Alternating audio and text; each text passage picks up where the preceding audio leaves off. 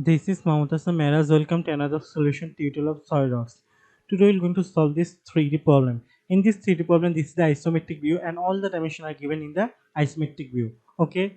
So first of all, if we see here in the top plane, we will draw a rectangle. Okay. This rectangle has a dimension of in this side.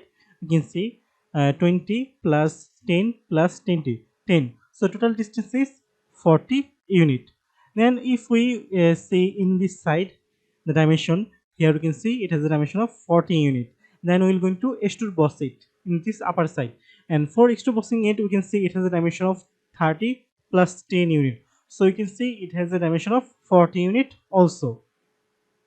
Then after that we can see overall in this side and in this side and in the lower side, in all the three faces it has a dimension of 10 unit. Okay.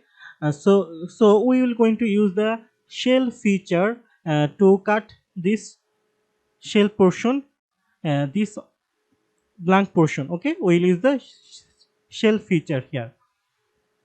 Then we can see we have another corner rectangle. Okay, we will use the corner rectangle to draw this, and it has a dimension of 10 unit here, in this along this line, and along this line it has a dimension of 10 unit, and we'll cut through it.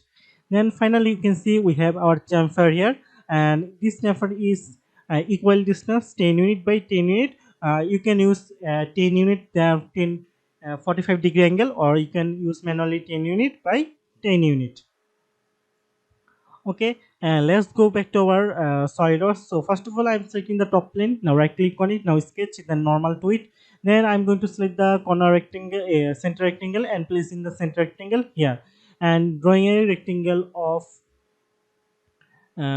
20 plus 10 plus 10 unit. So it will be 40 unit, and another dimension is 40 unit. Okay. Now isometric it for a better view. Now go to features and now extrude boss. We'll going to extrude boss it to 30 plus 10 units. So 30 plus 10 units, so it will be 40 unit. Okay. Now press OK. So what this portion has been done quite well. Okay. And then those of are wondering how we'll get this dimension. So if we follow along this path, this dimension is 10 unit. So if we follow this path also, this means our this dimension also means 10 unit. Okay. So now we're going to use the shell features. So go here from features.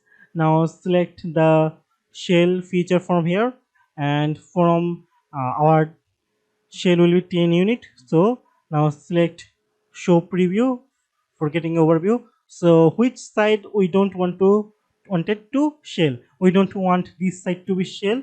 We don't also want this upper side, and also we don't want this right side to be shell. Okay. Now press OK. So you can see our shell portion has been done. Now it's time for our rectangular cut here. Okay, for that I'm going to select this face. Now right click on it, then sketch, then normal to it. Then I'm going to select the corner rectangle from here and placing the corner rectangle here, and our this corner rectangle has a dimension of 10 by 10 unit. Okay, now select the smart dimension tool, and from this place to this vertical line it has a distance of 10 unit, we know. So we're going to give a dimension of distance of 10 unit. Now isometric it for a better view. Now go to features, and now we're going to extrude cut, and we're going to extrude cut it to through all. Okay, so we have extrude cut it to through all. So this portion has been also done. Now it's time for chamfer. For that I'm going to select the chamfer portion here. Okay, I have selected the chamfer portion from here, and this time our chamfer is symmetrical. So we will select the symmetrical distance from here, and our symmetric distance is 10 unit. Okay, so I'm selecting this corner. So our chamfer of 10 unit has been created. Now press OK. So as you can see, we have drawn our 3D sketch. Thank you for watching till the end.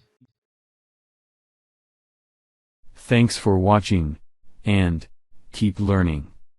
Be different.